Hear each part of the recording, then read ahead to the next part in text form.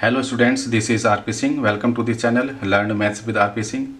आज इस वीडियो में शिक्षा निदेशालय द्वारा उपलब्ध कराई गई कक्षा 8 गणित की वर्कशीट नंबर 6 लेते हैं। इसका टॉपिक है परिमेय संख्याओं की गुणा। जैसा कि हम जानते हैं कि गुणा एक ही संख्या को बार बार जमा करने का प्रतिफल है। हमें पता है 4 गुणा 3 बराबर 12 को ऐसे भी लिख सकते हैं। 4 गुणा 3 लिखा था हमने, 4 को 3 बार प्लस किया, 12 आ गया। इसका मतलब शॉर्ट में हम 4 गुणा 3 कर सकते हैं। दोनों ही का उत्तर 12 आता है। और 4/1 गुणा 3/1 किया तो 12/1 भी समान है। यहाँ पर 4 को 4/1 लिख लिया, 3 को 3/1 लिख दिया, गुणा की 4 तिया 12 हो गया, नीचे 1 आ गया। ये भी इस तरह से ही है। या 4/1 प्लस 4/1 प्लस 4/1 किया तो ये भी 12/1 आ जाएगा। आओ परिमेय संख्याओं की गुणा को समझें। उदाहरण 1, मेघा 3/4 किलोग्राम घास अपनी हर गाय को खिलाती है और उसके पास कुल 5 गायें हैं। वह सभी गायों को कुल कितना घास खिलाएगी? 5 गायें हैं, एक गाय को 3/4 किलोग्राम खिलाती है। माना 1 किलोग्राम घास, तो यहाँ पर ये फिगर बनाई गई है। 1 किलोग्राम घास को ये प्रदर्शित कर रही है। 3/4 किलोग्राम घास को क्या करेंगे हम? इसके बराबर 4 हिस्से किए, 3 हिस्से ले लिए, तो ये जो नीले रंग में है ये 3/4 को रिप्रेजेंट करेगा। 5 गाय हैं, 5 गायों ने कितनी घास खाई? उसके लिए 3/4 को 5 बार जोड़ना होगा। तो यहाँ पर 3/4 को 5 जगह जोड़ा गया है। 3/4 प्लस 3/4 प्लस 3/4 प्लस 3/4 और ये 3/4। तो ऊपर की संख्याओं को जोड़ लिया, 15 आ गया, नीचे 4 आ गया। इसको हम ऐसे भी लिख सकते हैं कि 3/4 गुणा 5 किया था, 5/1 कर सकते हैं। ऊपर गुणा की हमने तो 15 आ गया और नीचे 4 आ गया। तो 15/4 किलोग्राम इसका आंसर आ गया। हमने यहाँ पर देखा परिमेय संख्याओं की गुणा बहुत आसान है। बस 2 या 2 से अधिक परिमेय संख्याओं के अंश को अंश के साथ तथा हर को हर के साथ गुणा करने पर हमें प्रतिफल प्राप्त हो जाता है। तो यहाँ पे हमने क्या किया? अंश की अंश के साथ गुणा कर दी, हर की हर के साथ गुणा कर दी, तो 2 परिमेय संख्याओं का गुणनफल या उनका प्रतिफल आ जाता है, जैसे कि हमने यहाँ पर किया था। उदाहरण 2, सीमा हर रोज़ एक किताब को पढ़ने के लिए 1/2 घंटा लगाती है और वह किताब को 1/3 दिनों में पूरा पढ़ लेती है। उसने उस किताब को पढ़ने के लिए कुल कितना समय लगाया? तो 1/2 घंटे प्रतिदिन ये दिखाया हुआ है। गुणा करनी है 1/3 दिन, ये पूरा लिया, इसके 3 बराबर हिस्से कर लिए, ये हिस्सा ले लिया, ये 1/3 को रिप्रेजेंट करेगा। ये लें और या ये लें, अगर मान लीजिएगा हमने इसको लिया है तो ये 1/2 घंटे को रिप्रेजेंट करेगा। इन दोनों की गुणा करनी है। तो यहाँ पर क्या करा?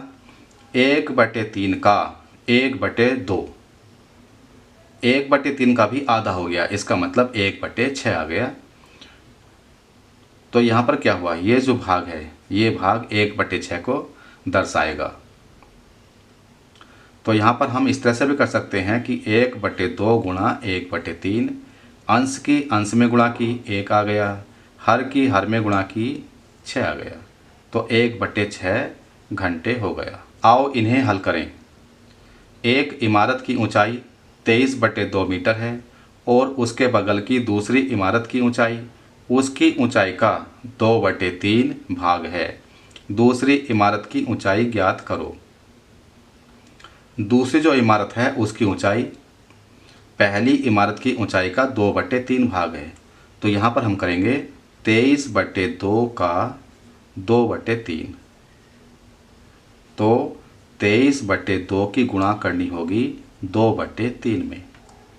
तो यहाँ पर हम क्या कर सकते हैं? इस 2 से ये 2 काट सकते हैं, ऊपर 2 नीचे 2, मतलब 2 से 2 की भाग हो गई, 1 आ गया और ये कैंसिल हो गया, बचेगा 23/3।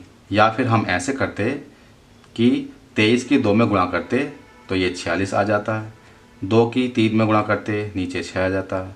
फिर से हम इसको 2 से भाग कर सकते थे तो 23/3 फिर आ जाता। हम डायरेक्ट भी कर सकते हैं, इस तरह से भी कर सकते हैं। दूसरा सवाल है 7/5 गुणा 5/7। इसको डायरेक्ट भी काट सकते हैं, या इस तरह से कर सकते हैं, पहले हम अंश के अंश में गुणा कर लें, ऊपर लिख लें, हर की हर में गुणा करके नीचे लिख लें। तो 7 पंजे 35 ऊपर आ गया, 5 सत्ते 35 ये नीचे आ गया। 35 को 35 से भाग करेंगे तो 1 आ जाएगा।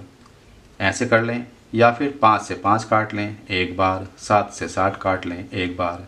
1 गुणा 1 1 आ गया। ऐसे ही हम यहाँ पर करेंगे दूसरे पार्ट में। या तो एक बार कर लें हम अंश के अंश में गुणा, माइनस का 6 बटे 5 चौक 20।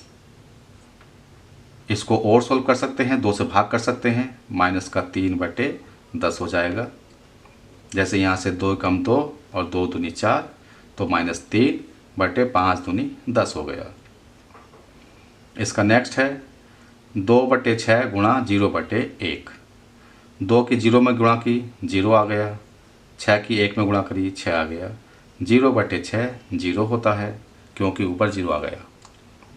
नेक्स्ट पार्ट माइनस 1 बटे 2 गुणा 1 बटे माइनस 3।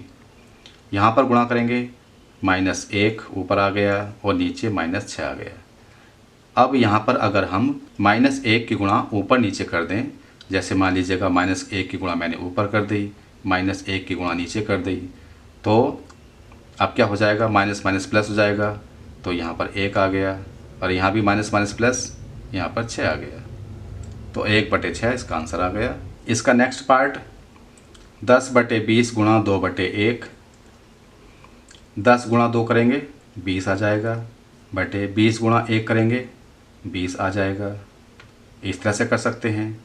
या फिर यहाँ पर इस 0 से हमने 0 कैंसिल किया, इस 2 से इस 2 को भाग किया, एक बार आ गया, तो अब ये 1 आ गया। तो जैसे हमने क्या था 20 बटे 20 1 आ गया, और यहाँ भी 1 आ रहा था। तो किसी भी तरह से कर सकते हैं। 6 बटे 7 गुणा 14 बटे माइनस 5। तो यहाँ पर अब हम डायरेक्ट कर लेते हैं, 7 से 14 को भाग कर लेते हैं, 2 आ जाएगा। नीचे वाली संख्या से ऊपर वाली संख्या कैंसिल नहीं होगी, तो अब इनकी गुणा कर लेते हैं। 6 दूनी 12, 12 ऊपर आ गया, बटे माइनस का 5 नीचे आ गया। इसको हम माइनस का 12 बटे 5 भी लिख सकते हैं। अगर हम -1 की गुणा ऊपर नीचे करें तो नीचे की संख्या प्लस में हो जाएगी, ऊपर की संख्या माइनस की हो जाएगी।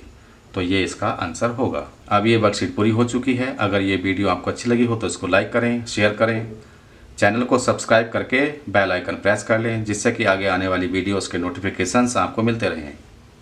Thank you, thanks for watching this video.